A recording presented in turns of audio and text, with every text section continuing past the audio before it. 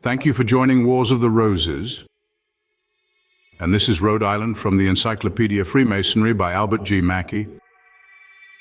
Rhode Island Masonry was introduced into Rhode Island in 1750 by the establishment of a lodge at Newport, the charter for which had been granted by the St. John's Grand Lodge of Boston on December 27, 1749. The same Grand Lodge established a second lodge at Providence on January 18, 1757. On April 6, 1791, these two lodges organized a Grand Lodge at Providence, Christopher Champlin being elected the first Grand Master. This is the first instance known in Masonic history of the organization of a Grand Lodge by only two subordinates. The act was irregular and the precedent has never subsequently been followed. It was not until 1799 that the new Grand Lodge granted its first charter for the establishment of a third lodge at Warrant. The Grand Chapter was organized in March 1798 and the Grand Council in October 1860. The Grand Commandery forms a part of a common body known as the Grand Commandery of Massachusetts and Rhode Island. It was formed in 1805 and the celebrated Thomas Smith Webb was its first presiding officer.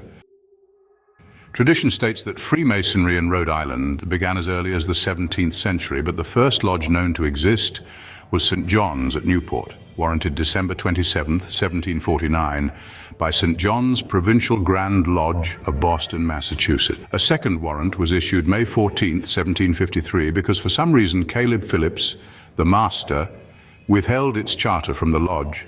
Authorized only to confer the first and second degrees, the new lodge took no account of the restriction, and on being questioned made out so strong a case that a charter conferring the additional powers was granted to it. On June 27, 1791, the day of the celebration of the Feast of St. John the Baptist, representatives of St. John's Lodge, Newport, and King David's Lodge of the same place met in the State House and organized a Grand Lodge. Moses Seixas presided and installed the officers who had been elected. A service was afterwards held at Trinity Church and a collection of £11, 9 shillings and 4 pence was given to purchase wood for the poor in the coming winter. Washington, chapter of New York chartered Providence Royal Arch chapter on September 3, 1793. This body was among the chapters which on March 12, 1798, met and organized a Grand Chapter of Rhode Island, which later helped to organize the General Grand Chapter, and continued a member of it until the Civil War of 1861 to 1865. After some years' interval, it again sent representatives in 1897. Companion Jeremy L. Cross chartered a council in 1819 at Providence, which had been established by a meeting of Royal Masters on March 28, 1818. During the Morgan excitement, meetings were not held, and the council lay dormant until 1841. On October 30, 1860, a Grand Council was organized. The first Knights Templar body in Rhode Island was St. John's Encampment at Providence, formed on August 23, 1802, at Mason's Hall in the Board of Trade building. It was founded by Sir Thomas Smith Webb, who remained in office from 1802 until 1815.